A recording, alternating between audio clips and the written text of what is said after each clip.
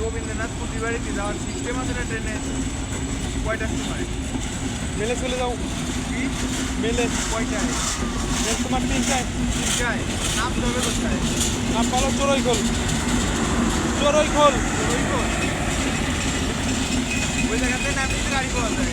ওইখান থেকে নামলে তোমার যাইতে সুবিধা হবে, মানে তুমি এক অটোতে চলে যাবে, আর কুমারখালী নামলে অনেক ঘুরতে হবে তোমার। ঠিক আছে, হ্যাঁ।